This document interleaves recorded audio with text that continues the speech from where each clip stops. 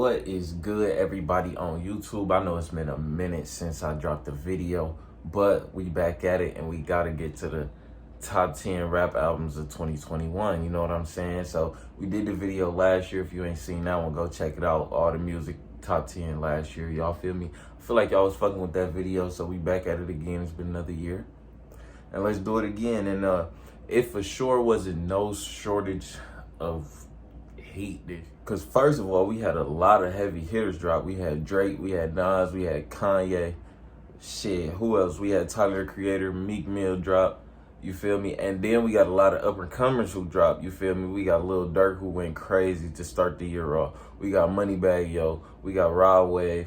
Young Boy dropped some shit. Lil Baby still out here going crazy. And it was just a great year for music, rap especially. But yeah, without further ado, let's get it cracking. Let's get it started. With number 10, we got Moneybagg, Yo, Gangsta's Pain. Now, I know this shit was tough. I know a lot of people might have him higher. Some people might have him not on the list. But Moneybagg, Yo, continues to not disappoint, continues to drop heat, continues to improve, and continues to exceed expectations, you know what I'm saying? And the Gangsta's Pain, he had Hard for the Next with Future. That was a banger. It was on charts for a few weeks. Even if you look now, Gangsta's Pain is still pretty high on the charts, on Apple Music at least. And it was a great showing from Yo, his best album, I would say, personally. And yeah, number 10, that's number 10. At number 9, we got Lil Durk The Voice, and this dropped the beginning of the year. But I know ain't none of y'all forgot about this shit. It might have seemed like Durk was the only one on the charts to start this year off. And, you know, ending the year, he still got the most hits on the Billboard Top 100 this year. And The Voice, you know, was coming fresh off the death of King Von. And Durk got personal.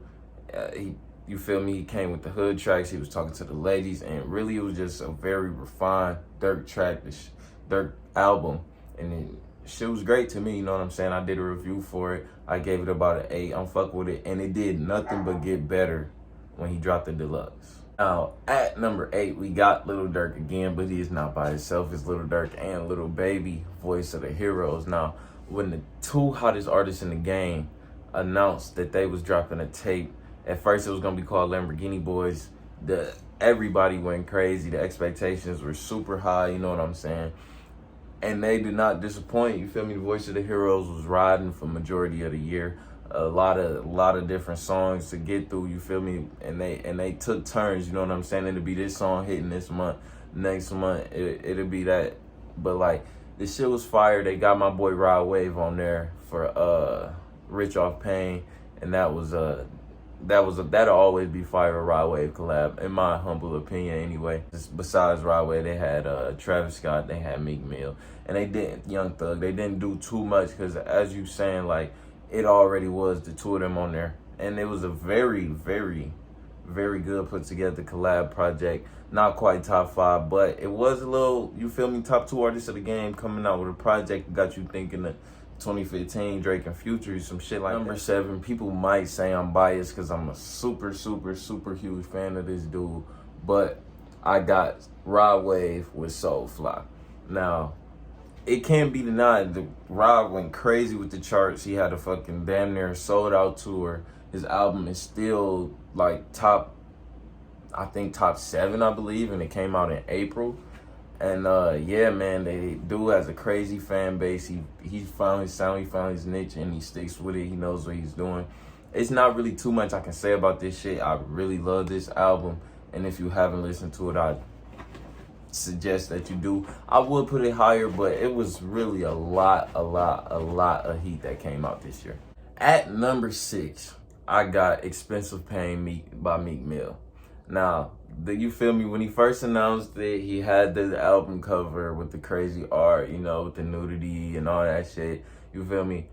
If you got past that and you didn't pay attention to all that shit and you listened to the music, this was a fire Meek Mill project, and it stood up there with some of the other fire projects that we got this year. And that song with Meek, Lil Baby, Lil Durk that we thought was gonna get on Voice of the Heroes, it finally dropped on Meek's album, and this shit was as good as everybody thought it was gonna be. So yeah, definitely check out Expensive Pain. Definitely a fire album. And yeah, let's get to number 5. I'm gonna admit, I have to admit, from like none of this list was easy, but from here on it really was not easy. So if you don't fuck with my picks or you don't think I got it right, really just put your list down in the comments and let me know what you think. But this is my opinion. This is my opinion. So don't get on me too bad. All right. At number 5, I got J. Cole with the Off Season. Now, J. Cole at this point is J. Cole, man. The nigga's fire. He got the bars. You know what I'm saying? He do his thing. The album was fire. To me, it wasn't long enough. I would have liked some more coming from J. Cole, especially like I just would have liked more from J. Cole. But shit, it's still top 5. You know what I'm saying? But it's J. Cole.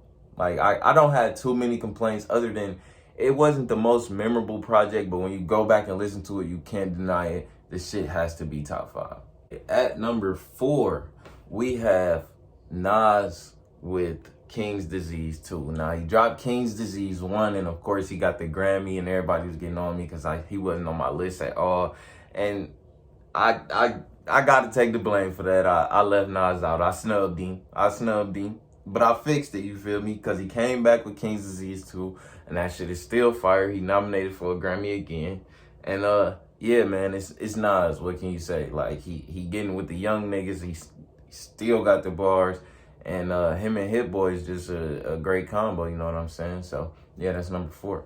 Ooh, okay, we into that top 3, and I know everybody like, all right, where's CLB, where's Donda? I know it got to be number 1 and 2, but number 3 is Certified Lover Boy. Now, like, not in any way am I saying Certified Lover Boy is trash, because I'm putting it top 3.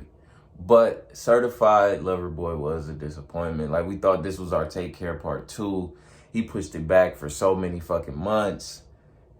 And it was still nice, but I wanted it to be perfect. I wanted it to be more like it has grown with me more over time. You know what I'm saying? That as every Drake project does, it gets better with time. But the shit is fire. The shit is still fire. It's still Drake. He still does unbelievable, crazy shit on the track that's really fucking simple, but it works every time. And it's Drake, man. The nigga knows what he's doing. At number 2, we have Call Me If You Get Lost by Tyler, the Creator. Now, if you're not a big Tyler, the Creator fan, I don't fucking care. I wasn't either, but you have to listen to this shit and you got to give that man his respect. Like, and he even showed others, like, he got YoungBoy and 42 Dugg on this album, you know what I'm saying? Like, it's 2 unexpected collabs, but the shit works so perfectly, and it's just an amazing album. And Call Me If You Get Lost altogether is just a great album. And yeah, so what you've all been waiting for, let's get to it. Number 1, at this point, you gotta know what it is. And the shit is undeniable. Kanye West, Donda. Now, if you one of those Donda haters, I'm not saying I'm a super Donda lover, but I am not a Donda denier. Do not be a Donda denier. Now, I know it's a little hard to listen to, especially with the deluxe. It's like over 2 hours, a little over 2 hours, but the artistry, the craftsmanship, that's what I was trying to say. The artistry and the craftsmanship on that album, on Donda, the carefulness, even the fucking rollout, the shit was art. You can't deny that shit. The music is amazing. I don't like the baby. The baby's verse on Kanye's album is fire. I don't like the baby. Anybody that knows me will tell you that. His verse on Donda is fire. I will never say it's not. You know what I'm saying? Because I can't cap, especially when it comes to the music. I'm going to tell the truth. Donda is the number 1 album, number 1 rap album of this year. I expected to win the Grammy. I mean, you know Kanye has disrespected the Grammys a lot, but they can't be Donda deniers. Can't be. So yeah, that's my list. Let me know if you agree, if you disagree, what you will move around, what you don't like, who I left out. Oh, wait, before we get out of here, I got some honorable mentions. Because, like I said, this list was very hard. From Detroit, I really wanted to put Babyface Ray Unfuckwittable on this list, but it was just too much heat this year. But that album is fire. The deluxe fire. Check out Babyface Ray if you haven't. At this point, I don't know how you check that shit out. Y'all know I got problems with talking if y'all been watching me for a minute. And another honorable mention is Sincerely Contrail by Youngboy. He released it, right before he got out of jail. We know the story with Youngboy. It's a lot of people who just simply won't listen to him, but the guy makes good music. The man makes good music. If you got to give it a chance. And the last but not least honorable mention is ESTG. What's the name of that shit? ESTG, Bigger Than Life or Death. He coming with the street shit that we haven't really had too much in the industry in so long, other than like the Chicago scene or Detroit. You know what I'm saying? I've always had it being in Detroit, but like as far as like industry, he's coming with the street shit. Niggas calling him the street savior. It's very early, but that album is fire. I couldn't put it on this list, but I wanted to give it a little special shout out. So if you still watching this long into the interview, if you still watching this long into the video, I appreciate you. Make sure you like and subscribe this video. It helps me out a lot. And share this shit, everything, man. But I fuck with y'all. Me and Mr. Woodward are out. Peace.